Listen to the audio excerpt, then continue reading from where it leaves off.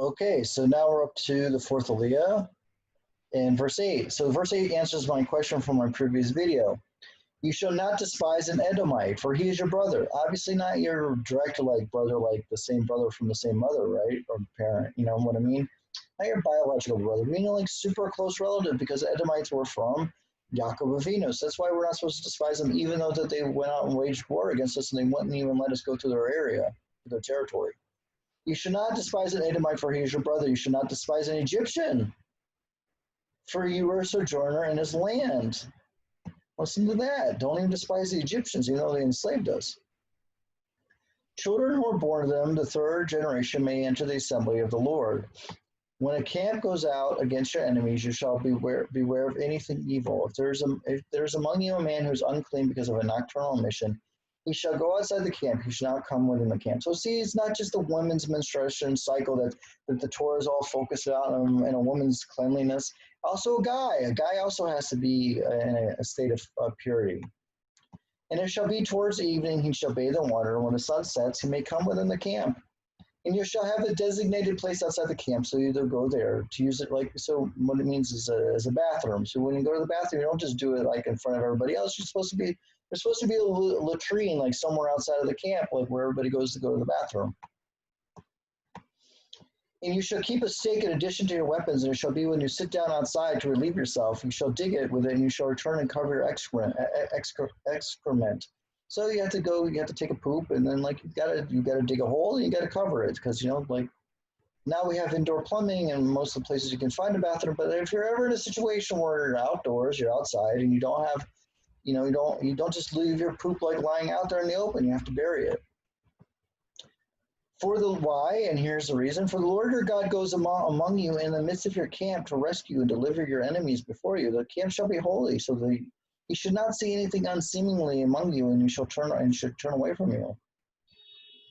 Wow, this is such a spiritual thing that we're just reading. And you shall not deliver a slave to his master if he seeks refuge from you from his master. So that was actually something that happened. There was an actual thing that happened in the United States. It was the Dred Scott case, right? So slavery, is actually the subject matter of Mark Twain's books. So you have a slave that runs away, right? You don't deliver him to the master. If you don't do that, this is straight from the Torah. So you can't say that that there was Judeo-Christianity in the United States, because mostly it wasn't really so founded on Judaism. Because if it was founded on Judaism, then they would have been returning the slaves to their. They would not have been returning slaves to their masters. He wouldn't have needed the Dred Scott case. Rather, he shall be allowed to reside among you wherever he chooses within any of your cities. Whether it's good for him, you shall not oppress him. So don't make it hard on this guy. The guy was a slave. He ran away. He wants his freedom, so you got to help him out. There shall not be a prostitute of your daughters of Israel, and there shall not be a male prostitute of the sons of Israel. You shall not bring a prostitute's fee or the price of a dog to the house of the Lord your God, or any vow, because both of them are abominations to the Lord your God. So don't take the money, what does that mean? You're like the pimp, so you're the guy collecting the money from the prostitute, and so you shouldn't use that money in your shalim in God's house, right? So that's what it's saying, I think. What is it? I don't know what it means by the price of a dog. You shall not give interest to your brother, whether it be interest on money or interest on food or interest on any other item for which interest is normally taken. So you need to, you want to loan something to your fellow brother. Again, does this extend to the Edomites or just to the Hebrew nation, to the Jews? So either way, you're not supposed to charge interest. But we do that because our banks have a whole rebate system, because there was a time period where people weren't loaning anybody money, and this is like 3,000 years ago. People weren't lending anybody any money. So we have a heter, we have like a prose book, we have a document that was created by I believe Hillel Hazaken, one of the greatest sages who ever lived in the Mishnaic time periods. He created a system that we can get us out of this situation. That the banks here you actually can charge interest on very large loans.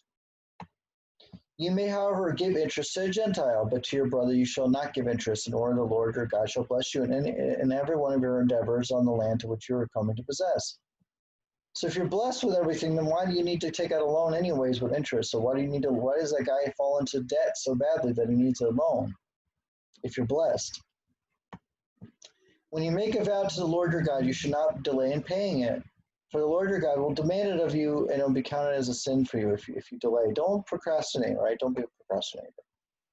But if you shall refrain from making vows, then you'll have no sin. So just don't make the vow in the first place, right? That's why we have the whole Yom Kippur where we're like nullifying our vows, right? We do that every year in case you made a vow. You don't, because then you're delaying it, and you don't want to delay your vow, so just nullify it. Don't, and also in the first place, don't do it.